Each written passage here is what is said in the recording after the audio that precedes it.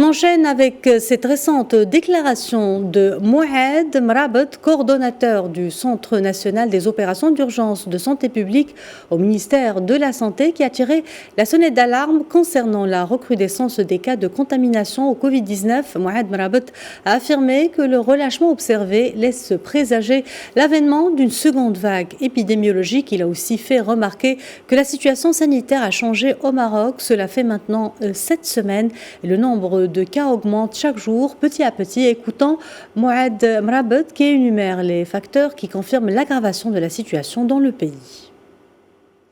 Le premier facteur qui montre que la situation sanitaire s'est détériorée au Maroc, c'est que les résultats des tests sont de plus en plus positifs. Certains jours, nous avons enregistré plus de 6% de cas de contamination. Cela veut dire que la propagation accélère de nouveau. Le deuxième facteur, c'est la moyenne de contamination. Nous enregistrons quotidiennement plus de 3 cas par 100 000 habitants. Avant, il ne dépassait pas un seul cas. Le troisième facteur, enfin, c'est la moyenne du taux de reproduction des cas qui s'aggravent. Il est actuellement de 1,3 alors qu'il était en dessous de 1 auparavant. Mouad Mrabet a aussi mis au point certains aspects liés à la vaccination et le respect obligatoire des gestes barrières pour les vaccinés comme pour les non-vaccinés.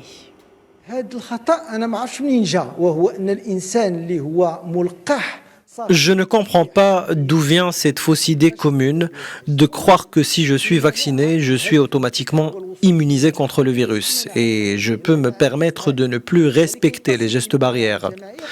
Il faut savoir que nous cherchons l'immunité collective et non pas l'immunité individuelle. Et pour atteindre l'immunité collective, il faut vacciner au moins les 2/3 de la population. Il faut savoir aussi que même si je suis vacciné, je peux porter le virus.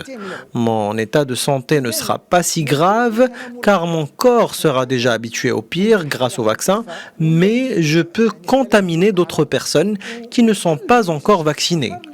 Il faut se mettre en tête enfin qu'il n'y a pas de vaccin efficace à 100%. Cela n'existe pas.